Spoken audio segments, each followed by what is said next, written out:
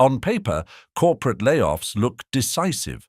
A company announces restructuring, reduces headcount, and presents it as a clean step toward efficiency.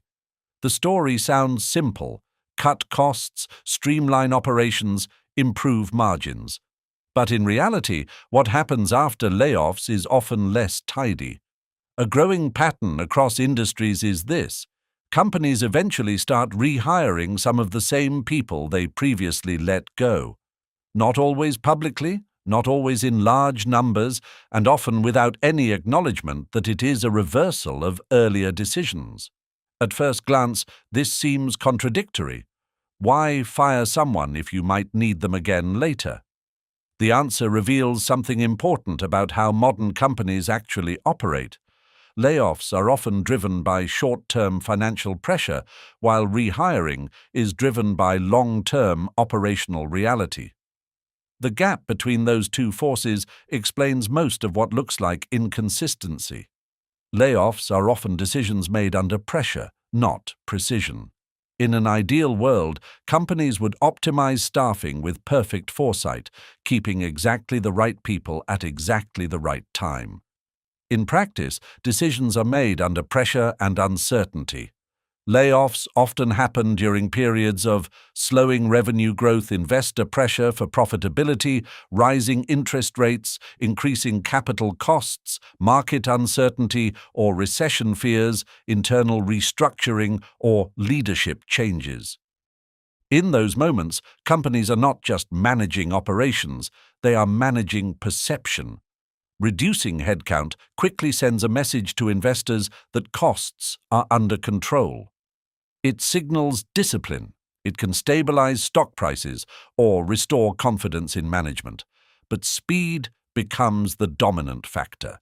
And when decisions are made quickly, nuance gets compressed.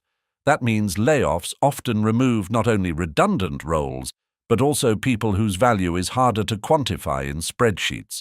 People who understand systems deeply, coordinate across teams, or quietly keep operations stable.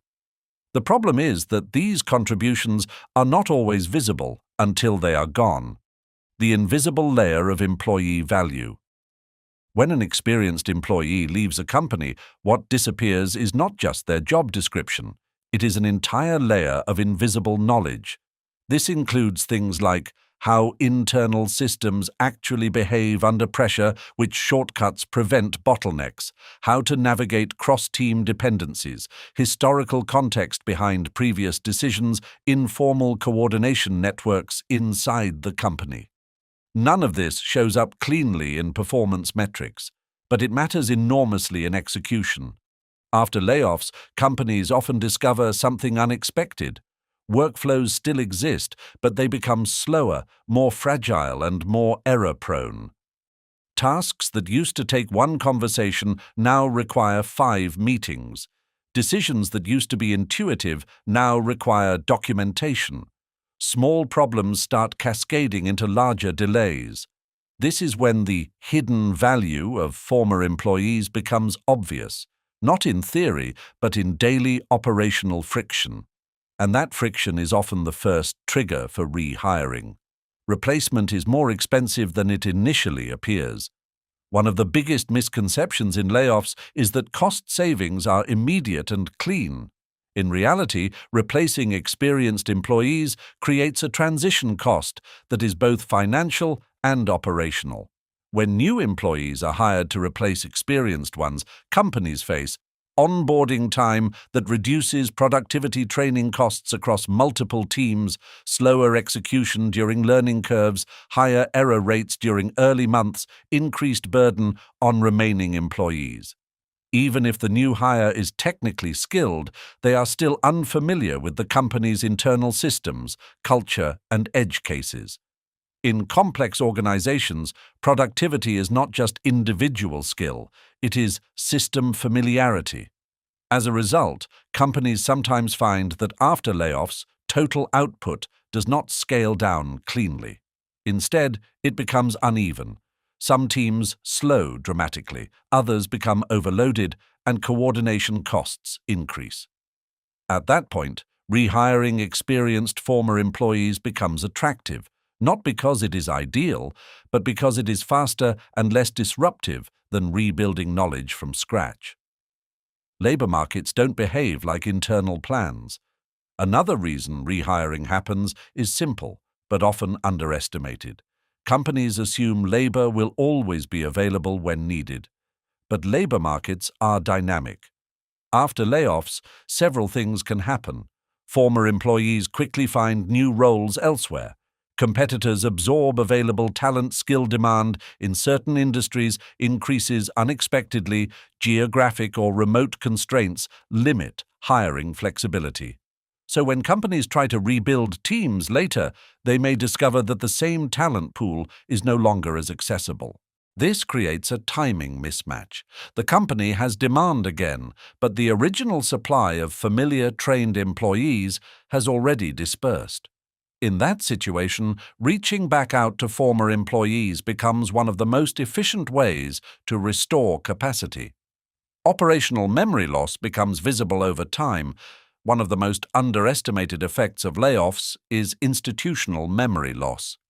Companies are often treated like structured systems, documents, workflows, tools, and processes. But in reality, a large portion of how things get done exists informally. This includes who knows how to fix recurring system issues, which exceptions exist in standard processes, how to resolve cross-department conflicts quickly, how to interpret ambiguous legacy decisions. When experienced employees leave, this knowledge doesn't vanish immediately. Instead, it slowly reveals itself through inefficiencies. Teams begin to notice repeated mistakes that used to be avoided, delays in decision-making, increased dependency on escalation duplication of effort across departments.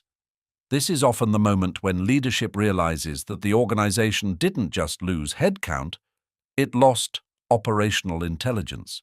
Rehiring former employees becomes a way to restore that lost memory more quickly than rebuilding it from scratch. Economic cycles force reversals in hiring strategy. Companies don't operate in isolation. They move with broader economic cycles. During downturns, demand slows, capital becomes expensive, cost-cutting becomes a priority. During recovery, demand returns faster than hiring capacity. Execution pressure increases, growth opportunities reappear. The problem is that layoffs often happen during fear-driven downturn decisions, while rehiring needs emerge during recovery phases. But recovery rarely follows the same structure as the original organization. Some teams are overextended, others are under-resourced, and priorities shift quickly. So companies that cut too deeply often find themselves in a position where rebuilding from scratch is too slow. Rehiring becomes the fastest stabilization tool available. The rise of the boomerang employee. A growing modern trend is the return of former employees to their old companies, often called boomerang hiring. This happens because both sides benefit. For companies, reduced onboarding time, known cultural fit, lower hiring risk, faster productivity recovery. For employees, familiarity with systems and culture, improved compensation, in some cases, easier transition back into known environments. What makes this trend important is that it normalizes rehiring behavior. It becomes less of a mistake correction and more of a strategic workforce cycle. In some industries, returning employees are now seen as a strength rather than an exception.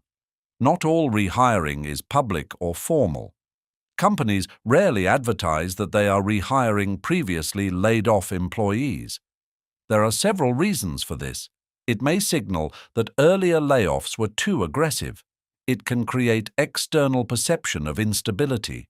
It may complicate internal narratives of efficiency.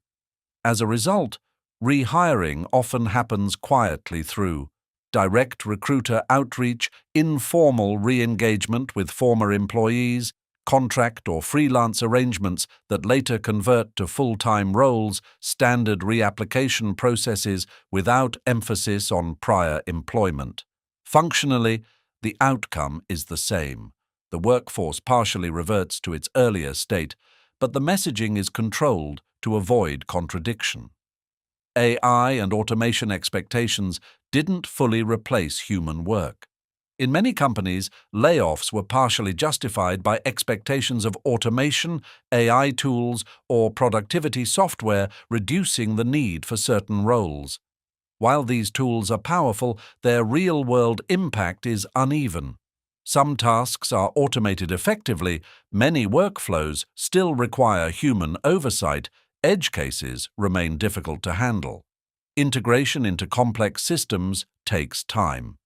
This creates a gap between expected efficiency gains and actual operational outcomes.